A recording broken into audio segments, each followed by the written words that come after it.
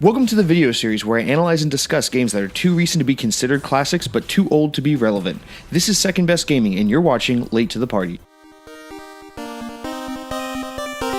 When The Awesome Adventures of Captain Spirit was announced and almost immediately released during Microsoft's E3 2018 press conference, I was instantly intrigued. The team at Don't Nod did a fantastic job with 2015's Life is Strange, all campy writing aside, and I was curious to see them take a similar approach to a new story featuring all new characters. Being too lazy to immediately download the free game, I waited until pretty recently to dive into this new outing from Don't Nod, and I've got to say I'm pretty pleased with the short but tightly packed singular episode that is The Awesome Adventures of Captain Spirit.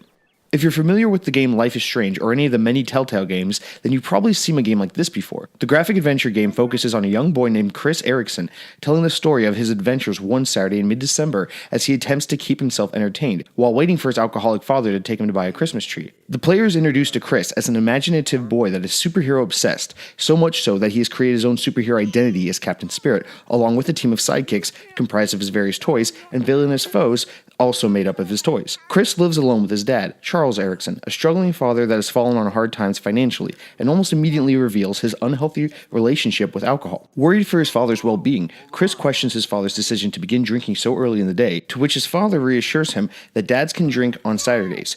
Chris reminds his father that today is the day they're supposed to get a Christmas tree, but Charles insists that he first be left alone to watch the basketball game on TV. After expressing his concern that his father might get drunk and fall asleep at the TV, Charles assures Chris that he won't allow for this to happen today, and that after the game, they'll go get the Christmas tree. From here, the game opens up and sets the player free to explore in and around the house and spend the bulk of the day playing, investigating the house and learning the past behind Charles and Chris's recent history. I don't know if it's just me, but for the first 30 minutes of the game or so, I was under the impression that Chris's mother, Emily Erickson, was absent due to a divorce. But after spending some time rummaging through the house, reading old letters, and inspecting various objects, it is conveyed to the player that Chris's mother was killed in a hit-and-run car accident just 2 years prior. Quickly, the game unfolds into a series of connect the dots, where Charles' alcohol addiction is explained by the loss of his wife and the burden of having to move on and support a family without her. However, Chris's identity as Captain Spirit is where the story truly focuses the bulk of its attention, and through this, players learn about the loneliness Chris feels as he experiences the difficulty of dealing with the loss of his mother at such a young age. But before I continue to divulge the themes and ideas of the game, let me briefly describe a little bit about the actual gameplay itself. Chris spends the entirety of the 2-hour adventure dressed up as his superhero persona, Captain Spirit. Players are able to decide to a small degree what Captain Spirit looks like, and from there, the game is a series of observing and interacting with objects in and outside of the Erickson home. As far as these kinds of story-focused games are concerned, gameplay is relatively simple. Occasionally, you'll need to interact with an object in order to progress through the game. For example, you can't get into the garage until you found the key lying around the house, and you can't take on Captain Spirit's arch nemesis until you've gathered all the components of his costume. Not every object is mandatory. In fact, you can run through the game pretty fast if you just want to do the bare minimum. But as one might assume, the more you explore and discover, the more you'll detract from the game's short but powerful and compelling story. Chris plays with his toys and acts out scenarios in which he fights bad guys and brings justice to all. He gathers up his father's empty beer cans and uses them as target practice outside with snowballs. He even practices his quote-unquote telekinesis abilities on a snowman in the backyard that he calls Snowmancer. Just one of many bad guys that work for Mantroid, Chris's overall biggest enemy. While at first these interactions come off as sweet and imaginative, as one might expect from a young child, these activities soon reveal themselves to tell more about Chris's personal demons pertaining to the loss of his mother. One aspect of Chris's late mother that is learned throughout the game is that she was a cartoonist and would often create comic strips of her own. This perhaps leaves a large pedigree for Chris's fascination with comic-based characters like superheroes and explains the correlation between his imaginative adventures and his loss. Chris reads and writes his own stories, and the adventures he embarks on usually pertain to his mother in some fashion. For example, Chris sets out to navigate the Maze of Doom, which is simply a pile of debris in his yard that has been covered in a tarp that Chris uses to hide a collection of photos of himself and his mother. In Chris's treehouse in the backyard, there's a secret box containing more of his mother's drawings and comic strips. There are also a ton of letters and drawings mentioning Chris's mother locked away in the garage. These scattered memories of Emily Erickson serve to show the many ways in which Chris and his dad have compartmentalized the memories of their lost loved one. Despite her physical absence, Emily literally dominates the narrative, showing up in nearly every corner of the game to demonstrate the crucial role she played in her family's life. Both Chris and his father cannot fully live without her and are therefore left to lock her memories away in certain places that can only be accessed when they're feeling strong enough to confront them. Chris and his father also share the inability to cope with loss by turning to their respective forms of escapism. For Charles, it's drinking, and for Chris, it's his alternate superhero persona. Throughout the game, Chris is able to interact with objects and pretend characters by utilizing his superpowers, powers, which, for the most part, are clearly a manifestation of his imagination. For example, at one point, he puts out his arm and attempts to control the television with his mind, but he is clearly controlling the TV with the remote. While at first glance these actions seems to call back to the active imagination of a child, they can also be viewed as Chris's attempt to have control over something in his life. Through his internal isolation and neglect from those around him, Chris feels powerless. Whether it be his alcoholic and abusive father or his struggle to confront his mother's passing, Chris is left as a powerless child that can't do much about his circumstances. However, behind the mask of Captain Spirit, Chris can do anything.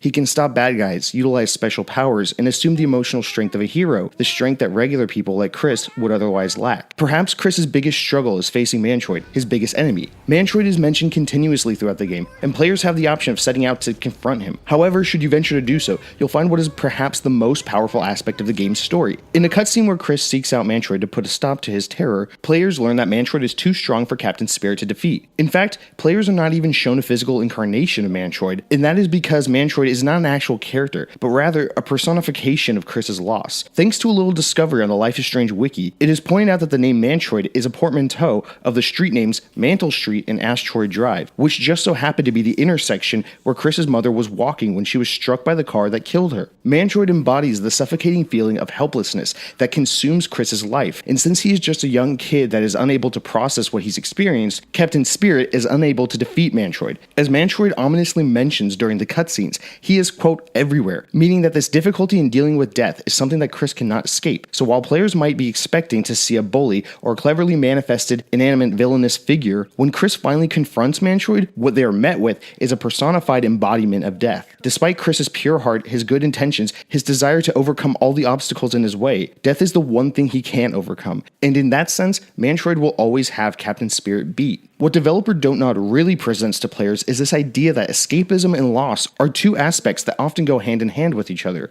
The world is full of actions and events that no grown adult could ever begin to truly understand, let alone a child. And Captain Spirit tells the bittersweet story that celebrates the innocence of childhood, while underlying the despondency that often triggers the imagination to act in the beautiful ways that it can and does. Emily Erickson is alive in Chris, not just because he is the newer generation of her DNA, but because Captain Spirit is Emily Erickson through and through. He is the fictionalized version of the creative imagination Emily instilled in Chris at a young age, and he is the role model that inspires Chris to follow his heart, leaving no page left unturned. So while the game's story might seem outwardly tragic or sad, and it is, it also presents a silver lining that tells of the beauty and strength that exists through loss. One final note before I wrap things up. The game ends with a cutscene that leaves things very intentionally ambiguous. I am of course referring to the scene where Chris is running from the house after his dad yells at him, runs up the steps of the treehouse, falls, and catches himself before hitting the ground using his superpowers to catch him. For the first time in the game, Chris's or Captain Spirit's powers are unexplained and not easily understandable. Many have wondered whether this is real,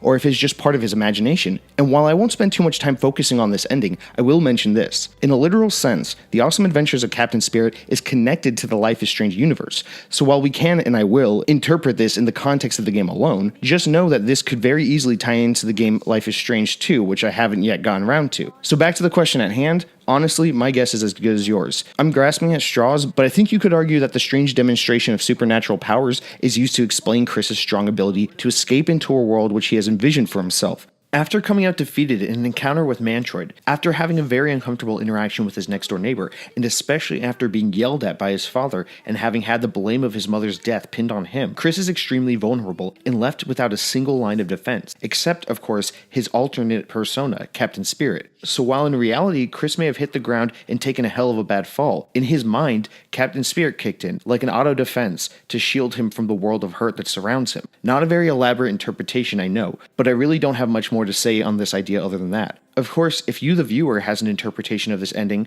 I would love to read all about it, so definitely feel free to share that in the comments below. And with that said, that's a wrap on the awesome adventures of Captain Spirit. Like, comment, subscribe, and something about a bell, all those things I'm obligated to ask you to do. And until next time, that's my hot dog man. Here's my hot dog man.